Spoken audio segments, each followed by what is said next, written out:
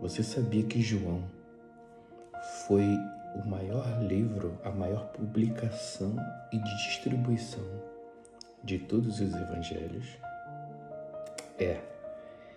No final do primeiro século chega a divulgação e distribuição do livro de João. E todos os outros apóstolos, eles já estavam brutalmente mortos, já tinham sido brutalmente mortos. Mateus, Marcos, Lucas,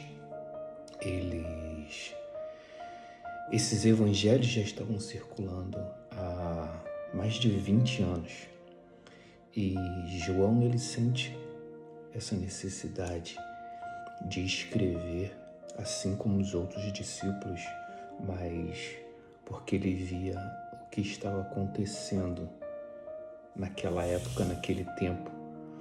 A fé das pessoas, ele escreve pela necessidade da fé, de defesa da fé. E elas estavam sendo ameaçadas por uma coisa chamada gnosticismo. Você já ouviu falar nisso? Era uma mistura da fé judaica com a filosofia grega. Roma estava cada vez mais poderosa e crescendo.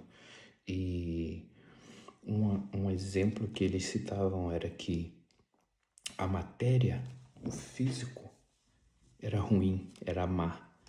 E o espírito, os deuses, eram bons. Então, nesse sentido, nessa teoria, nessa filosofia, eles diziam que Jesus, ele veio em carne, em matéria, então ele não podia ser comparado a um Deus ou ser chamado de Deus, o Cristo, o Deus, o Salvador. Porque se ele se fez carne, ele se tornou impuro. E como pode ser um Deus impuro? O Deus não pode ser impuro.